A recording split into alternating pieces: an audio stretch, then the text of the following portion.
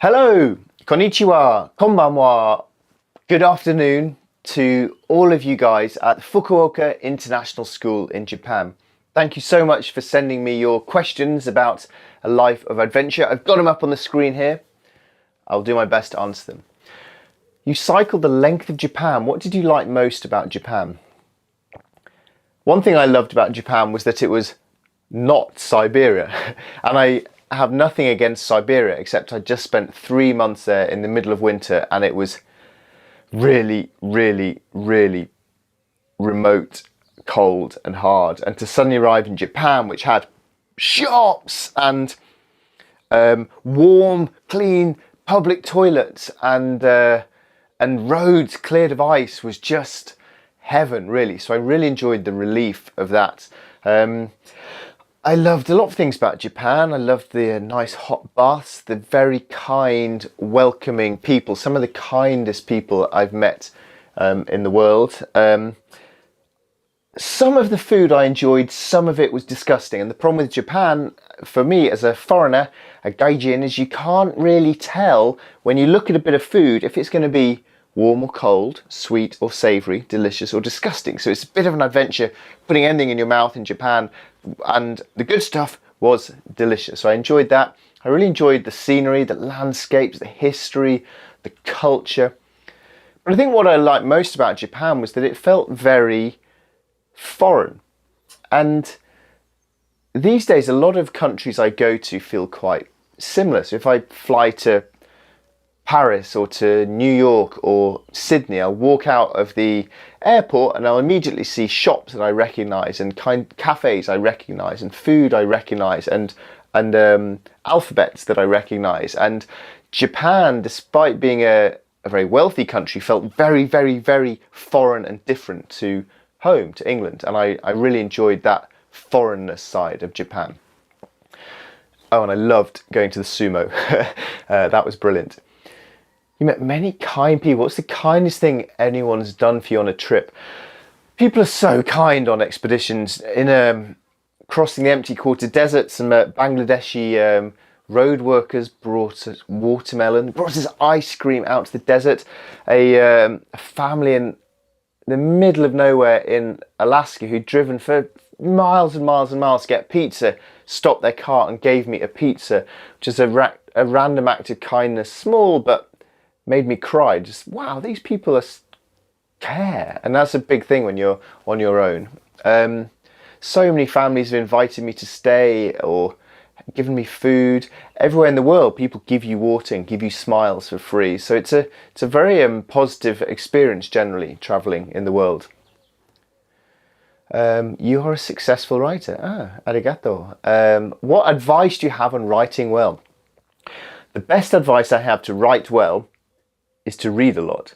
Read, read, read, read, read. Spend years reading good books, and after that, something of what makes writing well will sink into your head. But the simple thing I'll say to you today is read a lot and write a lot, and gradually over time you'll get good.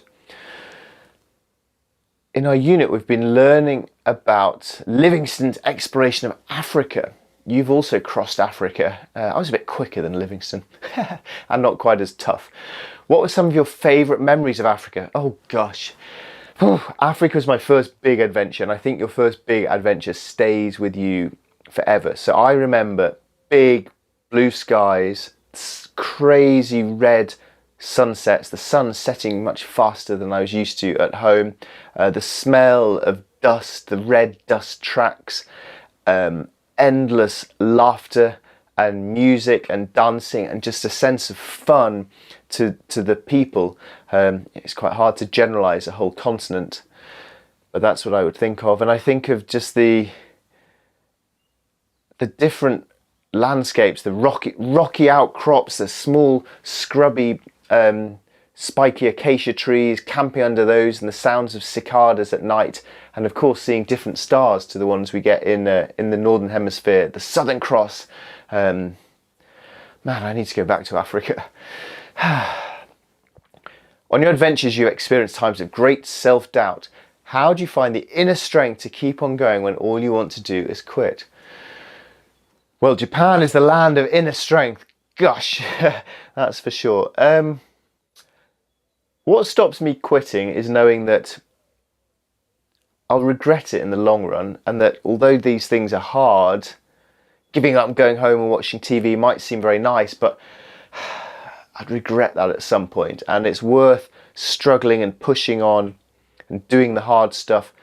Over the years, I've realised that the things we work hard for, the things that take a lot of effort, they are the things that we become the proudest of later in life and make us the happiest. So that's a good reason for it. I'm also very stubborn and quite like suffering and misery, so that helps with long expeditions too. What technology can't you be without on expeditions? When I cycled around the world, it was very low tech. I took a very simple digital camera and I took a notebook and a pen, a diary to write every day.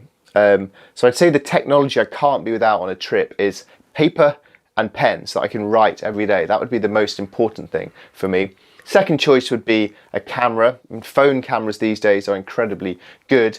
The problem with phones is you then have all the other distractions of emails and Facebook and Instagram and all these distractions that can take you away from the experience of just enjoying the adventure. So my dream journey, I think, would be pen, paper and a camera and an old-fashioned paper map and an old-fashioned compass, which of course once upon a time were wonderful high technologies for explorers. So that would be my choice. If you could go on an expedition with any explorer, because you've been inspired by many, who do you choose and why? I would go to the South Pole with Captain Scott. Captain Scott died on the way to the South Pole. 5 very, very good men, very good people. And I would go with them and I would say to Captain Scott, listen, it is so much better for you to turn around now, to go back home to your friends, to your families, to your loved ones, and to live life than it is to carry on stubbornly and stupidly to what you know will lead to your death, just because you're too stubborn and proud to turn around. And I think being brave enough to admit that you're scared and you've made a mistake is one of the hardest things for anyone on adventures. So I'd love to go with him. I'd also love to have been in the spaceship with Neil Armstrong and Buzz Aldrin as they landed on the moon 50 years ago. Wow, that is the greatest adventure anyone has ever done, I think.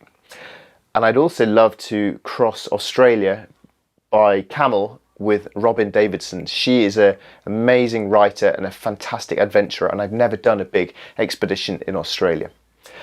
Thank you very much for your questions. Good luck with all of your work, dreaming of adventure. I hope you get out and explore not only the world, but also the countryside and the wild places around Fukuoka.